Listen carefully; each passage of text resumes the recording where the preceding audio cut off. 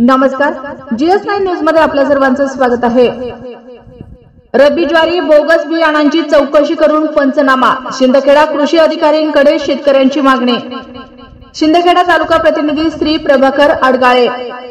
Bogus बियाणे ठेवून company जर शेतकऱ्यांना लुबाडण्याचा धंदा करत असेल तर संपूर्ण खर्च शेतकऱ्यांस मिळाला पाहिजे। सदर घटना शिंदखेडा येथील राज ॲग्रो यांच्या दुकानात आढळून आला। सेवानिवृत्त जवान श्री भूषण पवार यांनी वरपाडी शिवारातील 1 हेक्टर 22 आर इतक्या क्षेत्रासाठी पेरणी केले होते, मात्र बोगस बियाणे निघाल्यामुळे उगवलेच नाही।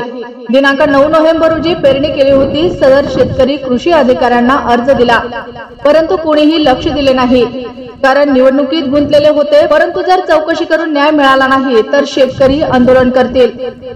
अशाच नवनवीन बातम्या पाहण्यासाठी आमच्या GS9 या न्यूज चॅनलला सबस्क्राइब करा। बातमी आवडल्यास बातमीला लाईक आणि शेअर करा।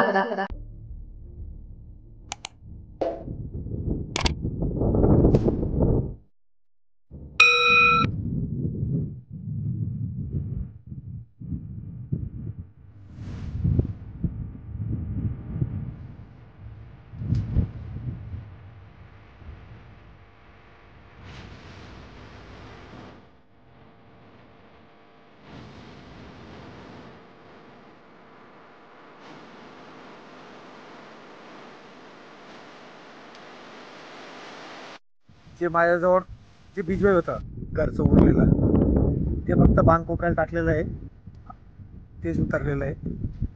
आणि जे घेतलेलं बीजवाई दुकानावरनं ते एकही उतरलेलं नाही। बाहेरून कुठल्या कृषी केंद्रावरनं बियाणे आणले होते काका?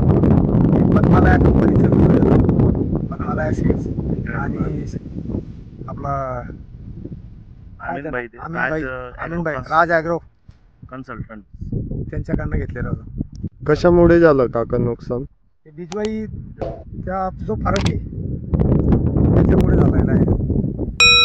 कोण बीज दादरची पेरणीचं बीज होतं ते बरोबर नव्हतं, त्याच्यामुळे उतारा झालेला नाही आहे। मी जवळजवळ कमीत कमी 40 ते 45 एकर ज्वारी पेरली, हरभरे पेरले, सर्व क्षेत्र उतरून झाले, एकच क्षेत्र उतरलेलं नाही।